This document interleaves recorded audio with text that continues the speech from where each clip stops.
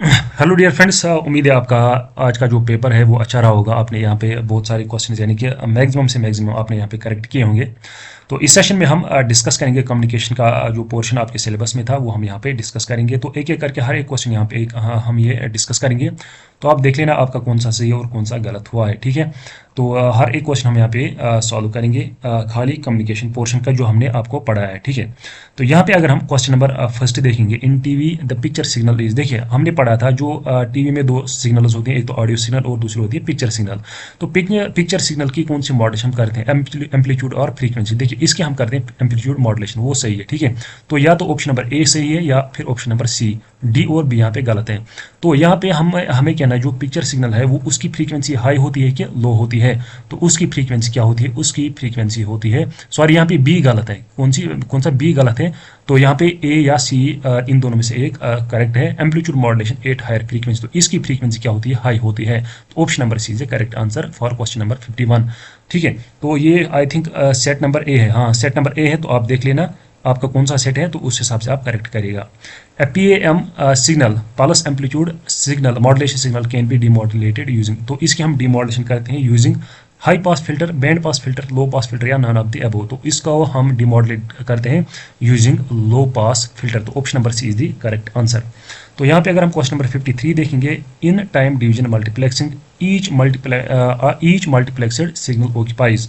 तो हमें बताना है जो टाइम डिवीजन मल्टीप्लेक्सिंग, देखिए अनफॉर्चुनेटली हमने इसके टाइप्स नहीं पढ़े थे, हमने खाली मल्टीप्लेक्सिंग पढ़ी थी। तो ये आपके सिलेबस में नहीं था, लेकिन इन्होंने यहाँ पे पूछा है, ठीक है, टाइम डिवीजन मल्टीप्लेक्सिंग। तो इसमें क्या होता है, एंटायर बैंड विड्थ जो है वो कितनी यहाँ पे क्या होती है, ऑक्यूपाई होती है। A fraction of transmission bandwidth, the entire transmission bandwidth, the bandwidth equal to the bandwidth of each input signal या नॉन ऑफ द अबव। तो यहाँ पे अगर करेक्ट आंसर देंगे that is option number B, the entire transmission bandwidth, ठीक है। तो यहाँ पे करेक्ट आंसर है। क्वेश्चन नंबर 54 देखते हैं, what will be the upper side band and lower side band frequency. देखिए ये क्वेश्चन हमने सॉल्व भी किए हैं, जो हमने एमसीक्यू सेशन लाए थे, ये क्वेश्चन हमने उसमें सॉल्व भी किया है, ये वाला। तो हमें निकालने यहाँ पे देखिए अपर साइड बैंड और लोअर साइड बैंड फ्रीक्वेंसी हमें निकालनी है, और एम्पलीट्यूड मॉड्यूलेशन की हुई है। हमें बताना है कि जो हमारी सिग्नल है उसकी फ्रीक्वेंसी कितनी है, 5 किलोहर्ट्ज़, विद कैरियर की फ्रीक्वेंसी कितनी है, दैट इज 40 किलोहर्ट्ज़। देखिए अगर हम यूएसबी की बात करेंगे, यूएसबी किसके बराबर होगा, FC प्लस FM, यानी कि frequency of carrier plus frequency of modulated signal.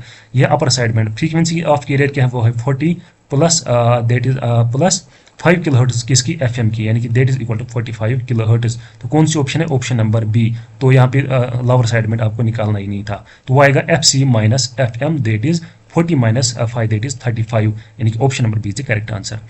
फिर एक question number 55, in FM to FM conversion, जब हम FM को किस में कन्वर्ट करते हैं, AM में कन्वर्ट करते हैं, the input of the frequency modulated signal converted to amplitude modulated signal is done by. तो यहाँ पे कौन सा डिवाइस हम यूज करते हैं, डिफरेंशिएटर, इंटीग्रेटर, कंपैरेटर या नन ऑफ द अबव। तो यहाँ पे हम यूज करते हैं इसमें डिफरेंशिएटर। तो option number A is the correct answer. Question number 56 देखते हैं, pulse amplitude modulation is a process, ये एक प्रोसेस है जिसमें हम क्या करते हैं, देखिए पल्स एम्पलीट्यूड, तो सिग्नल टाइप है पल्स, तो चेंज क्या करते हैं यहाँ पे एम्पलीट्यूड। तो यहाँ पे इसने पोजीशन लिखा है, विड्थ लिखा है, देखिए ये है PPM, दूसरी PWM, तीसरी है हाइट। हाइट मीनस एम्पलीट्यूड, जो हाइट होती है, हाइट क्या होता है, हाइट मीनस एम्पलीट्यूड। तो option number D C is the correct answer. तो यहाँ पे कंफ्यूज किया इसने आपको, यहाँ पे इसने एम्पलीट्यूड की जगह हाइट लिखा है, ठीक है। तो हाइट और एम्पलीट्यूड इज सेम, तो ये भी हमने ऑलरेडी पढ़ा है। देखिए मैक्सिमम क्वेश्चंस हमने आपको पढ़ाए हैं, आप चेक भी कर सकते हैं। तो नेक्स्ट सेशन में हम आपको बताएंगे कौन कौन सा क्वेश्चन हमने डायरेक्ट मतलब इसमें से पढ़ाया है। The amplitude modulated signal without carrier is, देखिए वो कौन सी मॉड्यूलेटेड सिग्नल है, एम्पलीट्यूड मॉड्यूलेटेड जिसमें कैरियर नहीं होती है। तो इसके दो टाइप्स हैं, SSB SC और DSB SC, इनके सिंगल साइड में सप्रेस्ड कैरियर, डबल साइड में सप्रेस्ड कैरियर। देखिए इसमें भी सप्रेस्ड कैरियर है, इसमें भी सप्रेस्ड कैरियर है, तो दोनों में नहीं है। तो option number C is the correct answer, यानी कि A एंड B, ठीक है। Option number C is correct. Choose the incorrect statement, देखिए ये आपका इलेक्ट्रिसिटी का पोर्शन, ये मैं नहीं कराऊंगा, ये भी इलेक्ट्रिसिटी का है, ये भी। और ये देखते हैं क्वेश्चन नंबर 61 हम यहाँ पे देखते हैं।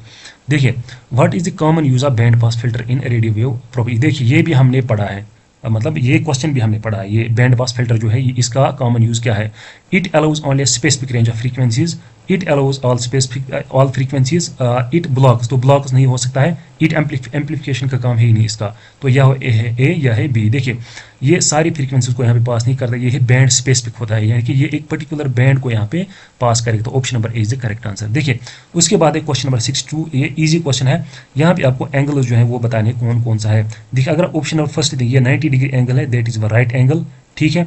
Option number B, this is your acute angle, ठीक है, तो इसका आएगा फर्स्ट।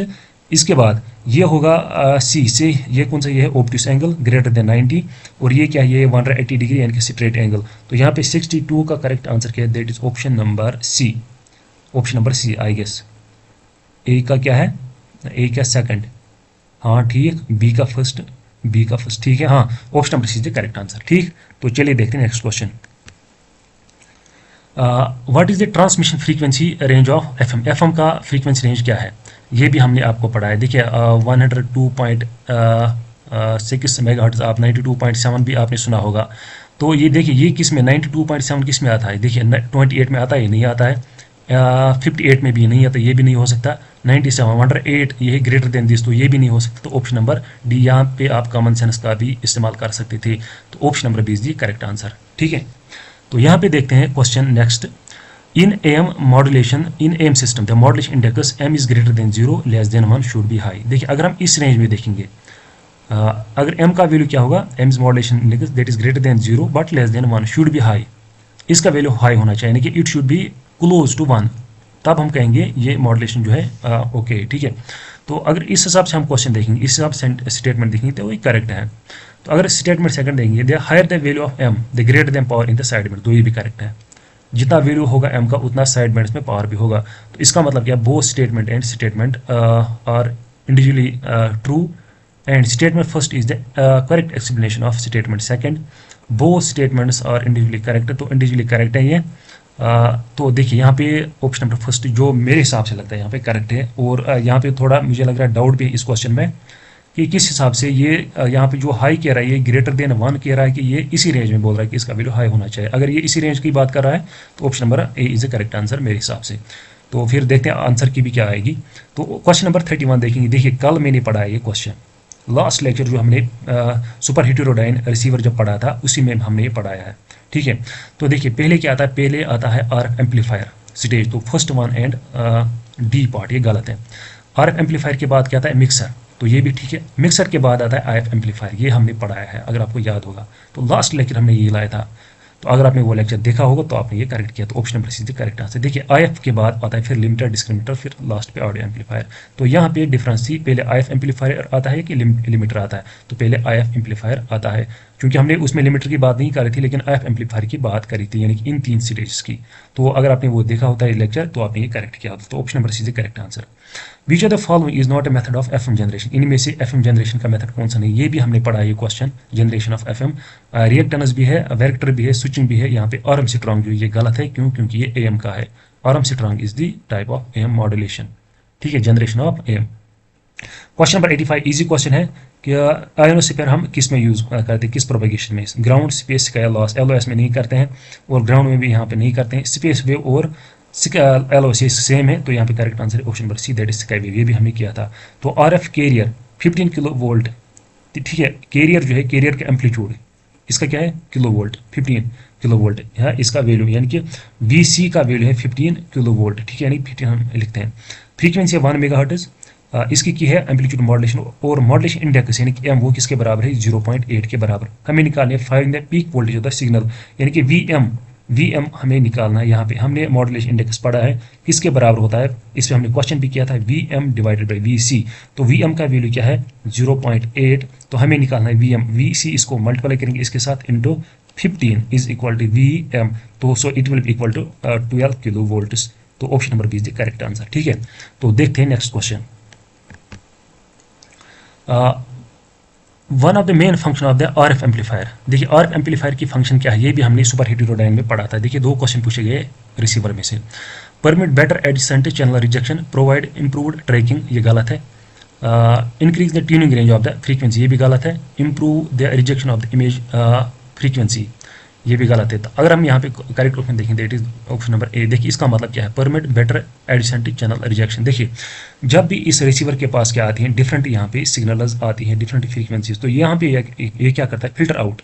ये मैंने आपको कल बताया, ये डिजायर्ड सिग्नल जो है उसको यहाँ पे सिलेक्ट करेगा, अनडिजायर्ड को यहाँ पे सिलेक्ट नहीं करेगा। और प्लस इसकी फंक्शन है एम्पलीफिकेशन भी करना। क्या एम्पलीफिकेशन, देखिए एम्पलीफिकेशन यहाँ पे ऑप्शन में नहीं है, तो यहाँ पे दिया गया है परमिट बेटर एडिसेंट चैनल रिजेक्शन। जो यहाँ पे एडिसेंट चैनल्स होंगे उनको ये रिजेक्ट करेगा, ठीक है, खाली ये डिजायर्ड सिग्नल्स को यहाँ पे पास करेगा, उनको एक्सेप्ट करेगा। तो option number is the correct answer.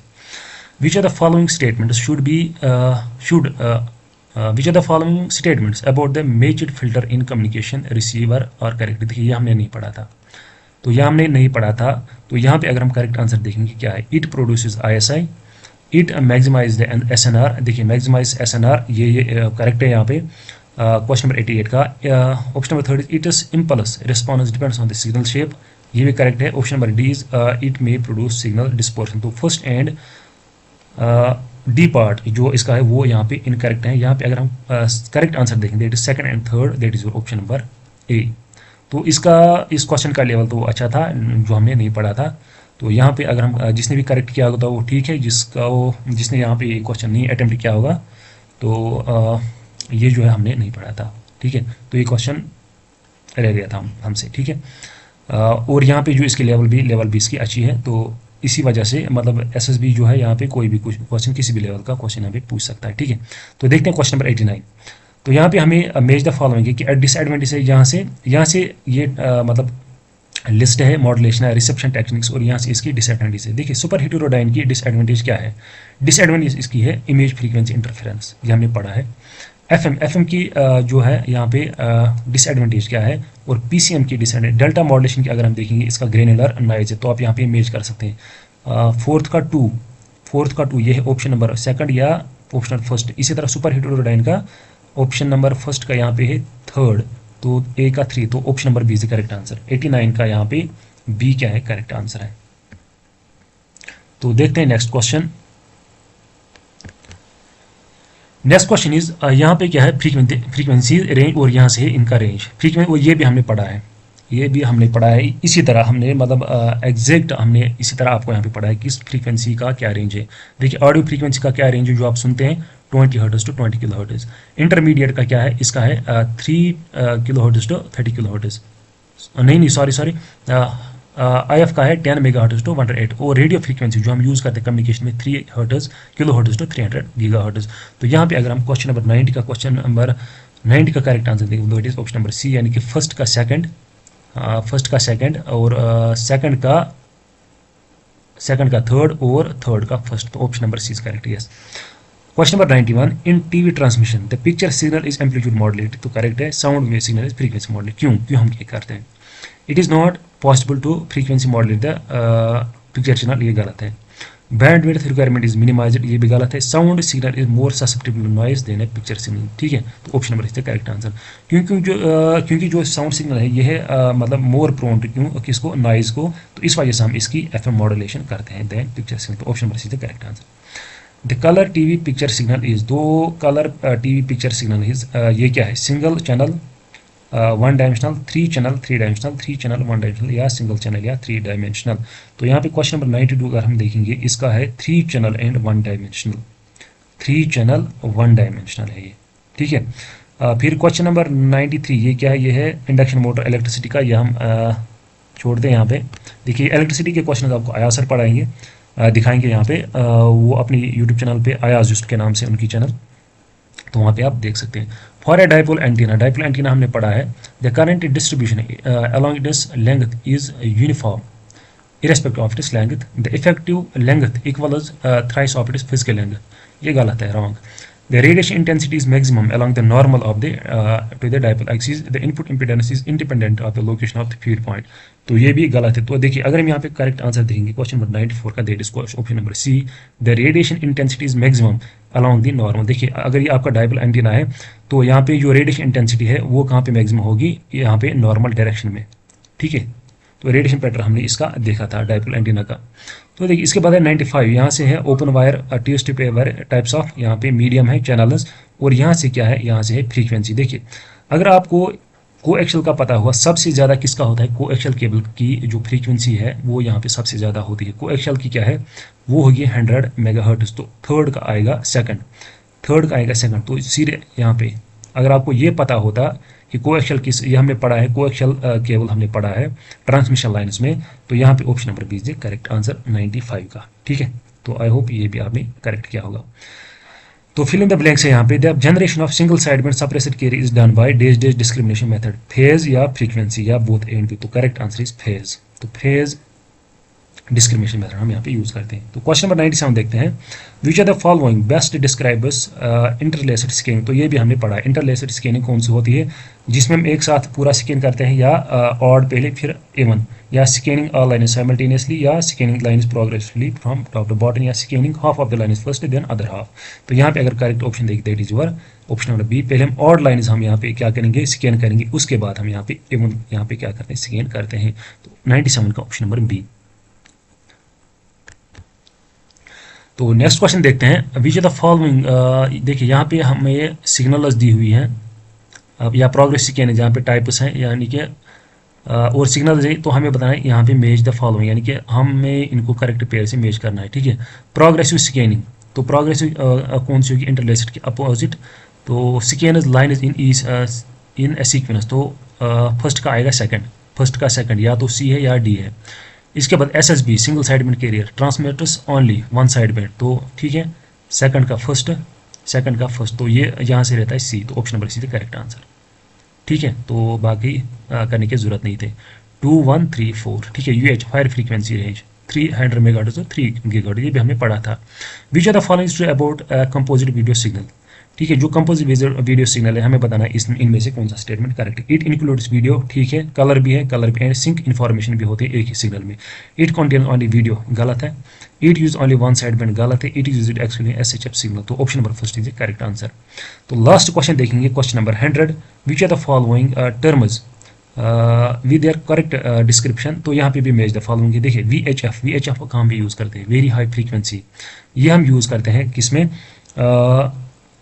Commonly used for frequency radio and TV signal. देखिए अगर आपको पता होगा, देखिए हमने पहला ही लेक्चर जो पढ़ा था कम्युनिकेशन का, उसी में हमने ये पढ़ा था फ्रीक्वेंसी। SHF किस में हम यूज़ करते हैं, सैटेलाइट पे। तो SHF 4 का क्या आएगा, 4 का 4, तो यह है ऑप्शन नंबर फर्स्ट, या ऑप्शन नंबर डी। ठीक है, हाँ SHF का ये। इसी तरह अगर हम देखेंगे UHF अल्ट्रा हाई फ्रीक्वेंसी, ये किस में हम करते हैं, सेलुलर कम्युनिकेशन, तो सेकंड का सेकंड, ठीक है, सेकंड का सेकंड। इसके बाद VHF वेरी हाई फ्रीक्वेंसी, किसमें हम FM और TV रेडियो ब्रॉडकास्ट में यूज़ करते हैं, तो फर्स्ट का फर्स्ट, तो option number D is the correct answer. कौन सा, option number D is the correct answer. तो ये थे सारे क्वेश्चंस किसके, टेलीकम्युनिकेशन के। आई होप आपने यहाँ पे ज़्यादा से ज़्यादा यहाँ पे जो है क्वेश्चंस करेक्ट किए होंगे। देखिए टोटल कितने क्वेश्चंस थे मैं आपको बताता हूँ। इनमें से मैक्सिमम क्वेश्चंस हमें 2-3 हमने नहीं पढ़ाए थे, मतलब 2-3 क्वेश्चन देखिए, और ये पॉसिबल नहीं है कि मतलब एक टीचर मतलब 100% कवर कर पाए। ठीक है, तो जितने भी मैक्सिमम क्वेश्चंस थे टेलीकम्युनिकेशन के, वो हमने आपको ऑलरेडी पढ़ाए थे। मतलब मॉडरेट लेवल का, हमने ज़्यादा डीप भी नहीं हमने पढ़ाया था, लेकिन मतलब ये जेन्युइन चीज़ है कि 100% कंप्लीट कभी नहीं होता है। तो 2-3 क्वेश्चन जो हैं वो रह गए हैं हमसे, जो हमने आपको नहीं पढ़ाए थे। देखिए ये वाले क्वेश्चन हमने सारे पढ़ाए थे, तो 2-3 क्वेश्चन हैं जो हमने नहीं पढ़ाए थे। तो आई होप कि आपका जो पेपर है वो अच्छा रहा होगा। तो हर एक से रिक्वेस्ट है कि किस क्वेश्चन का आपने क्या आंसर दिया, यहाँ पे कहाँ पे गलत है और आपका स्कोर क्या है। ठीक है, तो चलिए मिलते हैं नेक्स्ट सेशन में, तब तक अल्लाह हाफिज़।